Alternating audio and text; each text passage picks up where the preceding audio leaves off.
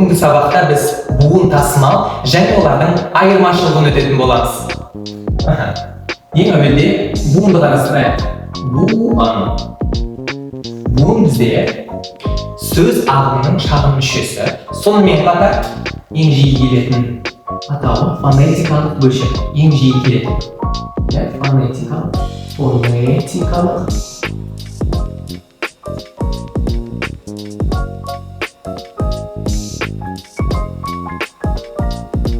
Яғни тестте немесе жалпы фонетикалық көбіне тестте ғой, көбіне фонетикалық бөлшектер келсе, көбі ойланып қалады, бірақ фонетикалық бөлшек дейміз буын, ұмыт қалмайық.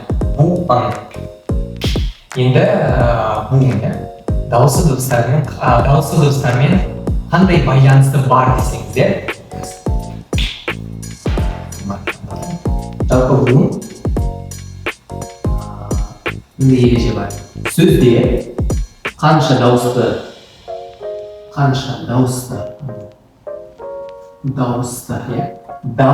дыбыстар бар болса,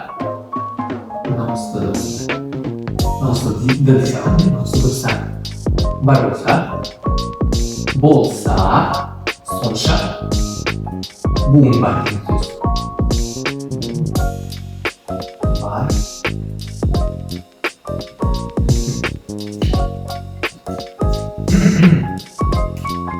Яғни қараңыздар, сөзде егер екі дауысты дыбыс болса, онда екі буын болады. Мысалы,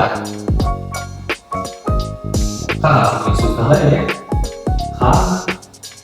Қағаз, қараңыздар, міне осы сөзде екі дауысты дыбыс бар, сол себепті екі буын бар деген сөз. Енді буынның түрлеріне тоқтала кетсек, осы ережені жақсылап ұғып алу керек, оны білу керек. Оның ерекшелігі рет келуі мүмкін. Оның ерекшелігі қандай? Бұл дауысты дыбыстар ерекшелігі дегенде сөзде қанша дауысты дыбыс болса, сонша буын бар деген сөз.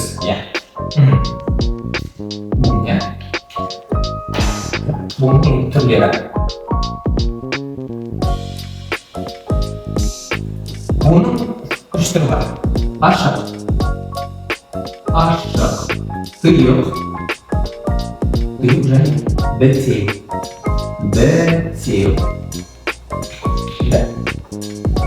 Жеке қарастырайық.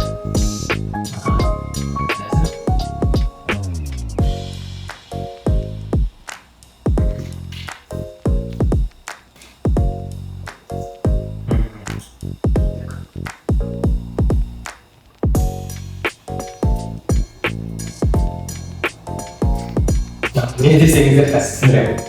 Жасам болады, мына жерде жазайын, көрінеді ғой. Бұл бізде дауыссыз дыбыстар. Бұл бізде дауыссыз, жоғарыда дыбыстар деп жазып қояйық. Дауыссыз дыбыстар. Ал қызыл түсті бізде дауысты дыбыстар. Дауысты дыбыстар. Яғни қараңыздар. Ашық буын бізде дауысты дыбыстан басталып, дауысты дыбысқа аяқталады. Ал тұйық керісінше, мына қараңыздар, ол дауысты дыбыстан басталып, дауысты дыбысқа аяқталады. Бітеу, енді мына қараңыздар. Бітеу сәл ерекше. Ол дауыссыз дыбыстан басталып, дауыссыз дыбысқа аяқталады. Мысалы, тұйыққа ат деген сөз алады, ат. Былай жазайық, былай жазсақ болады. Қараңыздар, ат деген сөзді алдық. Ол сөз дауыссыз дыбыстан басталып, дауыссыз дыбысқа аяқталып тұр, немесе бітеуге. Қар деген сөзді алайық.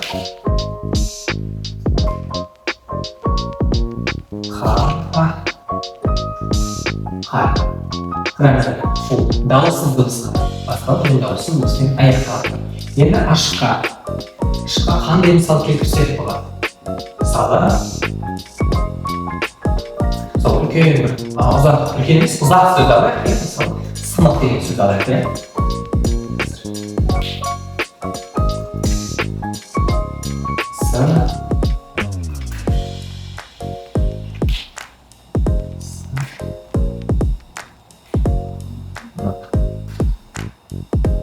міне бөліп қарастырайық. Сынық. Біз білеміз, бітеу. Мынаны сұрақтар ғой, дауысты дыбыстан басталып, дауысты дыбысқа аяқталып тұр. Ал енді с деген буынды қарастырсақ, ол міне қараңыздар, міне. Ол дауысты дыбыстан басталып, міне дауысты дыбыстан басталып, дауысты дыбыспен аяқталып екен. С-ны. Бағана еске түсірейік, мысалы айттым ғой бағана.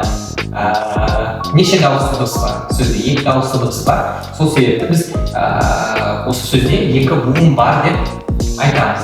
Буын бар деп қарастырамыз. Бірінші бөлік, бірінші буыны ашық, ал екіншісі бізде бітеу. Түсінікті.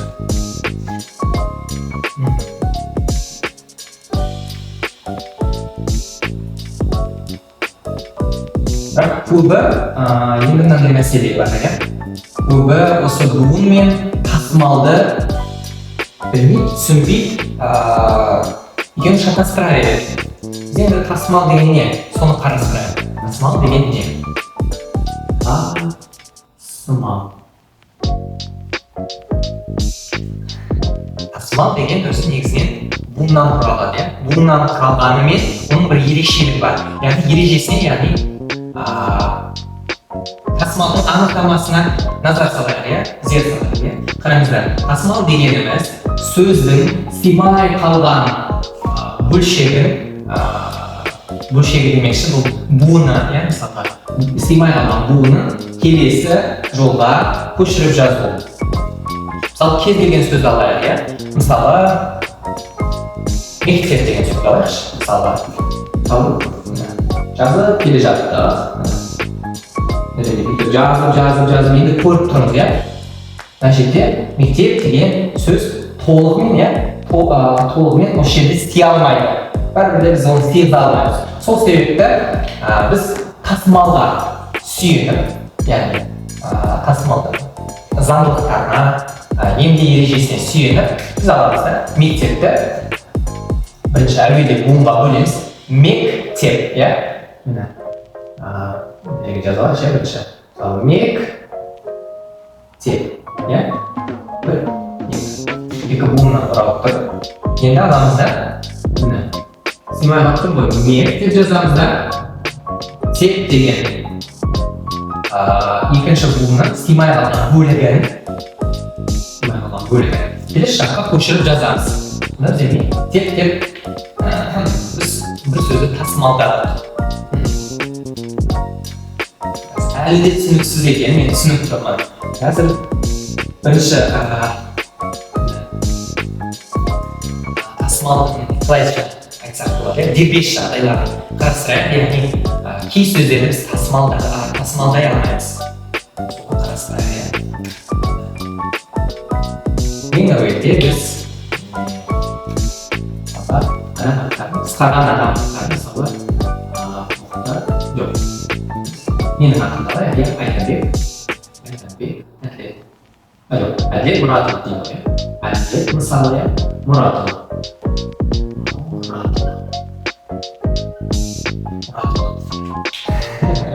Кейбір ағарды бір жерде Мұратовны екінші жерге бүйтіп бөліп жазып тасымалдайды. Бірақ ол дұрыс емес. Яғни сыймай қалса енді сыйдыруға тырысыңыздар. Сыйдыртып жазыңыздар енді. Бірақ оны бөлек қарастыруға болмайды. Адам атын бөлек қарастыруға болмайды. Бұл бірінші жағдай. Екінші жағдай. Қысқарған өлшем бірліктерді біз көрсетіп алайық, мысалы сантиметр. Сантиметр деп біз қысқарып жазамыз ғой, оның алдында сан бар, мысалы мысалға белгілі 60 сантиметр, 60 сантиметрде бөліп жазуға болмайды, тасымалдауға болмайды. Қысқарған өлшем бірлікті және оның алдындағы санды. Бұл түсінікті.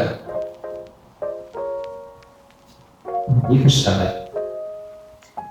Үшінші жағдай көп осыдан қателік жібереді. Үшінші жағдай. Алардан мысалға кез келген қысқарған сөз алайық. Мысалға біріккен ұлттар ұйымы. БОО. Аларда бүйтеді. Былай жазып келе жатады, ой, бо деген сөздің о деген мысалы, о деген бөлігі симай қалды, ой, мен не істейін деп, былай бүйтеді. БО. Дұрыс емес. Олай істеуге болмайды. Бұл өрескел қателік. Яғни қысқарған сөздерді, мысалы Қазақстан Республикасының іші немесе болды. Қандай қысқарған сөздер бар? Мысалы ДСО. Оларды қысқартуға болмайды. Оны жаттап алыңыздар. Осыдан қателік жіберуге болмайды. Келесі.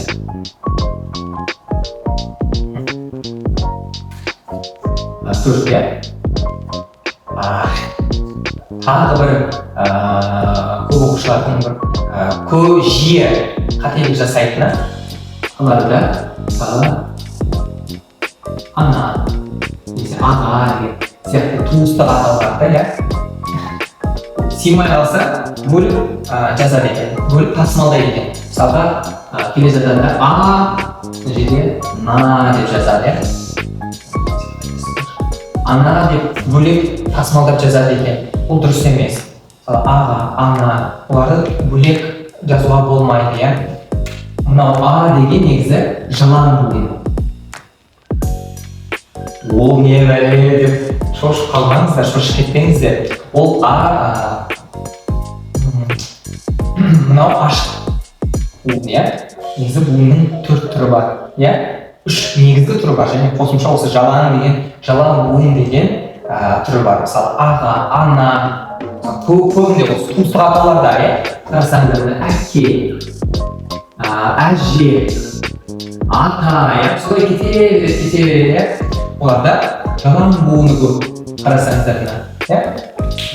Жалан буын деген сол. Жалан дегенге дауысы дыбыс бөлек буынға бөлінсе, мысалы сонда бұл жалан буын болады.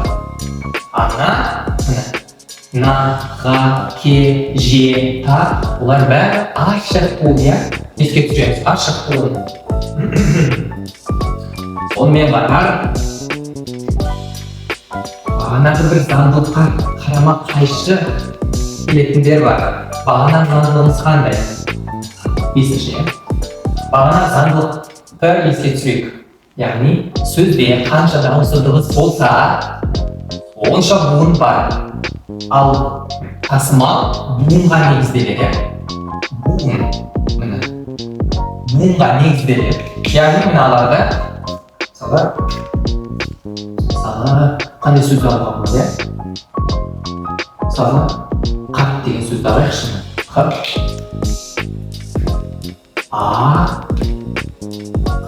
Қар. Қап. Немесе қар деген сөзді алайықшы. Қар. Мынау екі сөзде бітеуі. Бірақ кейбір алады. Қ-р-т немесе мынандай сөздерді білмеймін енді. Та-р деп бөлек тасымалдап жібереді. Былай ғой, қараңыздар. Бұл тіптен болмайтын қателік. Қа. Қа деп жазады да, р-т деп жазасы бар. Немесе та деп жазады да, р деп тасымалдайды. Бұл дұрыс емес. Сондай қателіктерді мүлде жібермеңіздер.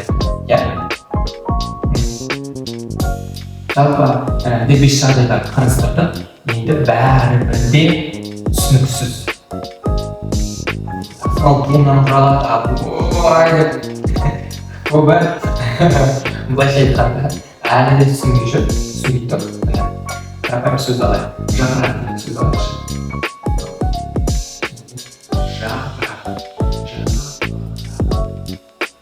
Осы сөз негізінде біз тасымал және буынның ара жігін былайша айтқанда ажыратып алайық. Буын мен тасымалға ара жігін оқып алайық. Кеттік.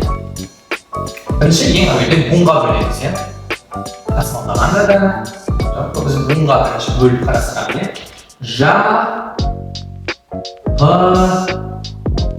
Бұл бізде буын болады. Жапырақ. Мына екеуі Ж-А немесе П-А екеуі де ашық буын.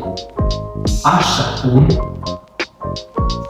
Себебі есіңізге түсіреміз, міне Ж-А осы буын дауыссыз дыбыстан басталып, дауыссыз дыбысқа аяқталып тұр. Немесе П-да да солай, дауыссызға басталып, дауыссыздан басталып, дауыссызға аяқталып тұр.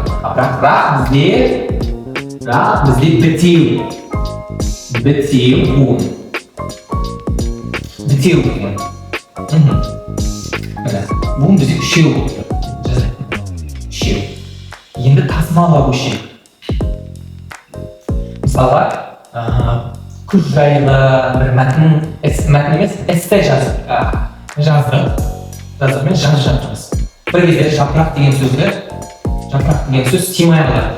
Мысалға, бүйтіп жазып келе жатырмыз, жапырақ деген симай қалады. Оны қалай тасымалдаймыз деген сұрақ туындайды. Сонда біз не жапырақ немесе жапырақ деп тасымалдаймыз, басқаша тасымалдауға бола ма?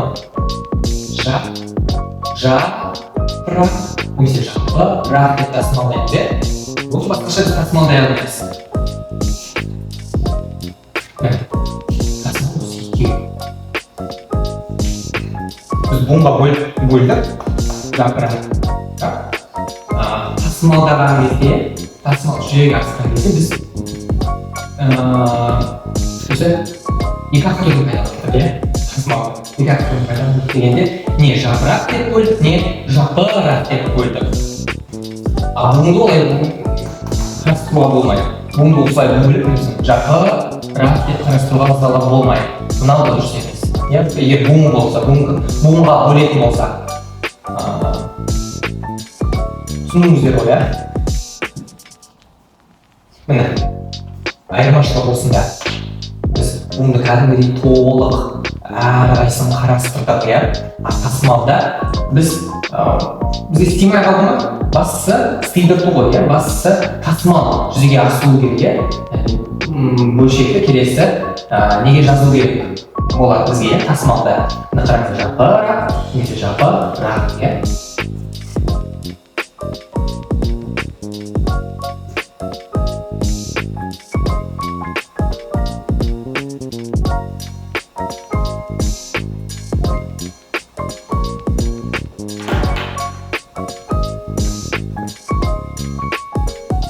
Ендігіде біз жалпы алған білімімізді бекіту үшін мен тест дайындап қойдым, соны өтсек.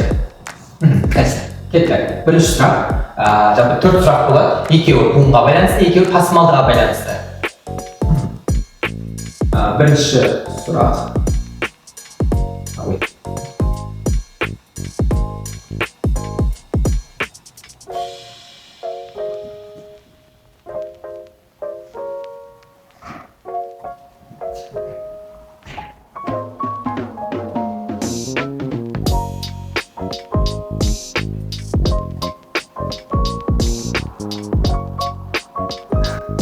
Бұл не десеңіздер, мұны қараңыздар. Бітеу, ашық бітеу.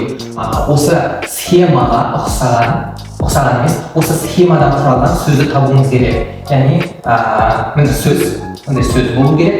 Соның бірінші буыны бітеу, екіншісі ашық, үшіншісі бітеу болу керек. Онда талдайық. Оны табу үшін әрбір нұсқаны талдауыңыз керек. Қараңыздар, кеш. Немесе домбыра. Қайсысы келеді? Ойланып көрейік, қайсысы келетінін. Міне. Ағын, ба, кеш. Келеді ма? Жоқ. Себебі, міне. Біріншісі тұйық. Міне, дауысынан бастап, дауыссыз аяқтап отыр. Екіншісі ашық. Екіншісі келіп тұр ашық. Бірақ, үшіншісі аяқ. Үшіншісі де келіп тұр, ол бітеу. Міне. Шыдан бастап тұр, шыдан аяқтап тұр, барға кеш, иә. Шыдан аяқтап тұр, міне, бұл бітеу. Бірақ, бірінші бұның тұйық болғандықтан келмейді. Кеттік, домбыра деген сөзді қарастырайық. Домбыра.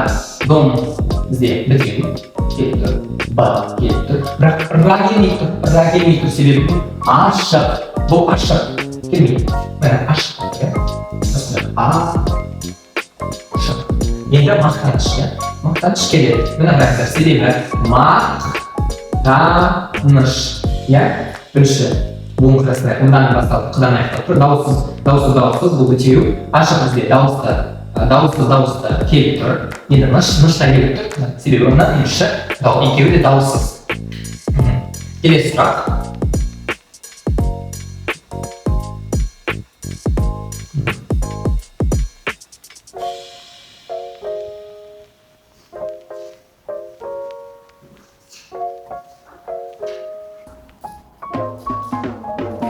Екінші сұрақ буынға байланысты. Құмырсқа сөзін, сөзін буынға бөлу керек.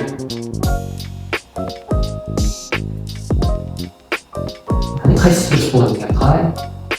Нұсқа.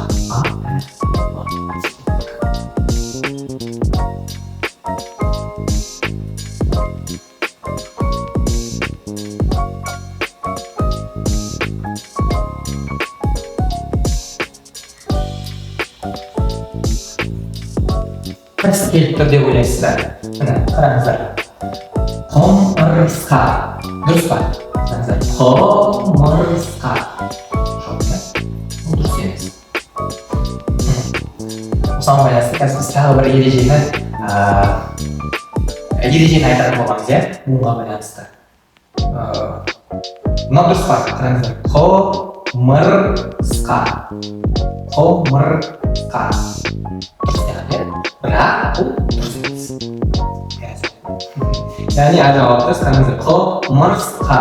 Неге десеңіздер, бұның өзінде осындай ережесі бар. Қараңыздар. Сөзге назар аударайық. Құмырсқа. Осы жерде р, с, х деген үш дауыссыз дыбыс қатар келіп тұр. Үш дауыссыз дыбыс.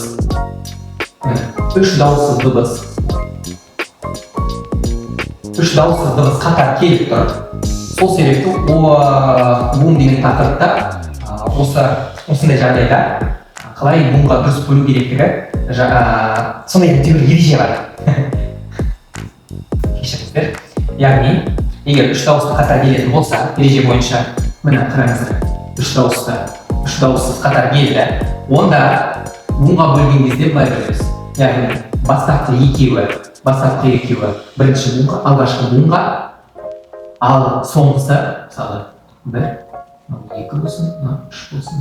Үшінші дауыссыз дыбыс бізде келесі буынға өтеді. Келесі екінші буынға өтеді.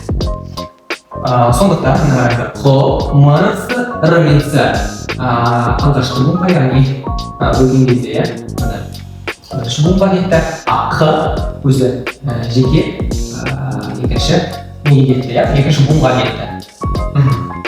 Осындай ережені біліп жүрейік, ұмытпайық.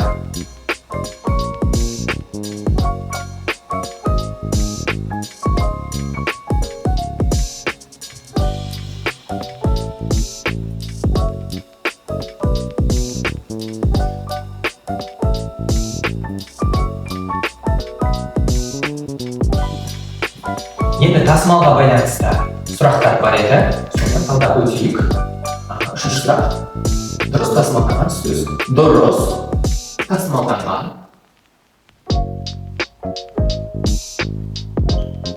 Мысалға, жазып келе жатамыз да, бір көшеге бір буыны сыймай қалды. қарастырып өтейік. Қайсысы дұрыс болады екен? А, Б, иә.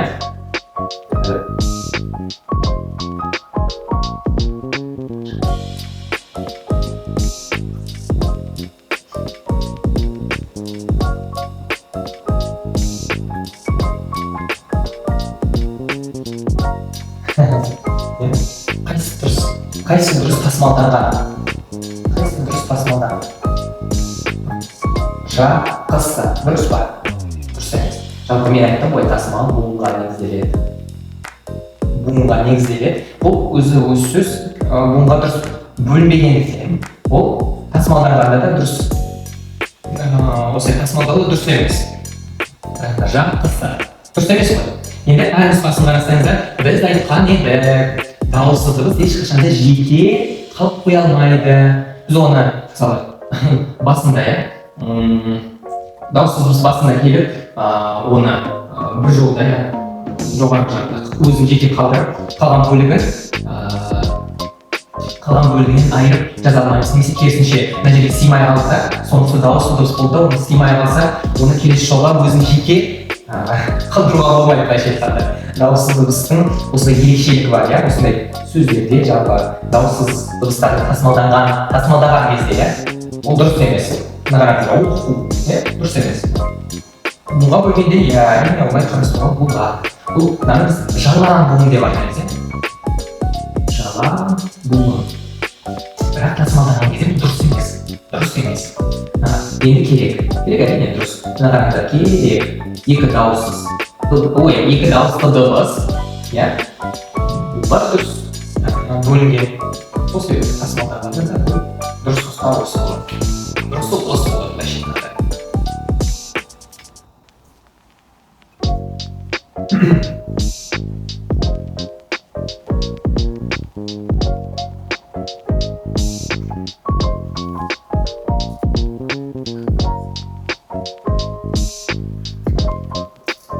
Ең соңғы сұрақ, осымен бітеміз біз. 5-ші сұрақ. Тасымалдауға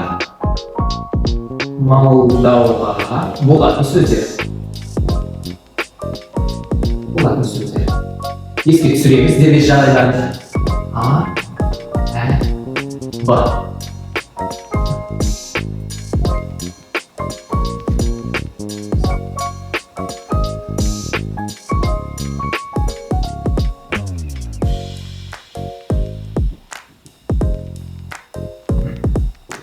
Тест алған шығарсыздар, иә? Дұрыс жауабы міне жеке тасымалдай алмаймыз. Осы жерде немесе немесе деп тасымалдау болмайды. Мына жерде бөліп бір жақтан екінші жаққа тасымалдау болмайды бізге. Иә, екеуі бірге бір тұтас келеді. Әр нұсқасы қала, жолдас деп буынға бөліп тасымалдауға, кейіннен тасымалдауға болады. Осымен біздің сабағымыз тәмам. Сіздерге көп рахмет. Сау, сәлемет болыңыздар.